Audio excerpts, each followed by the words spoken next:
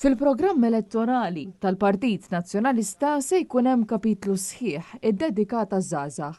Jien irrid li ż-żgħażagħ kollha ikunu fil-qalba tan-nifs ġdid li ser nagħtu lil pajjiżna.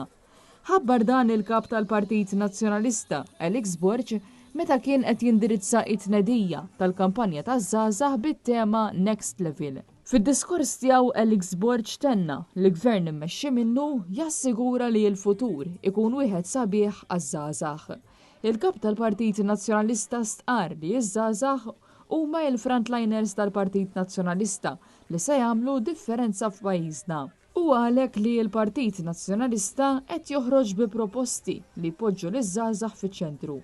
Fosthom iż-żieda ta' 25% fuq l-istipendju għall-istudenti kollha u miżuri speċjali għal dawk li jistudjaw fil-qasam tas-saħħa u x-xjenza, bi stipendju li jista' jlaħħaq madwar 1000 euro fix-xahar. Tkellem ukoll dwar kif gvern ġdid nazzjonalista jinvesti f'niċeċ ekonomiċi ġodda fosthom id-data, l-AI, in-new space u l-fuel hub. Matul din it-tnedija numru ta' żgħażagħ tkellmu dwar l-isfidi li qed jaffaċċjaw ta' kuljum fosthom dawk relatati mal-għoli tal-ħajja, l-affordabilità tal-proprjetà, iż-żieda fil-popolazzjoni u anke l-problema ta' traffiku.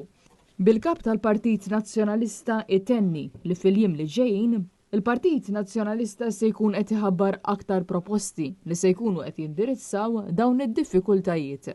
Min-naħa tagħha il-President ta' Team Start Ġeżlin Kassar sostniet li l-kunċett ta' Next Level inħoloq propju bit-tir li pajjiżna jilħaq livelli ġodda u iż-żgħażagħ Maltin u Għawċin jingħataw nifs ġdid. Il-President tal-MZPN Thomas De Martino irrimarka kif din il-kampanja ser tifoka bis-sħiħ fuq iż-żgħażagħ u tenna li pajjiżna verament jista' jingħata l-bidla li tant jeħtieġ.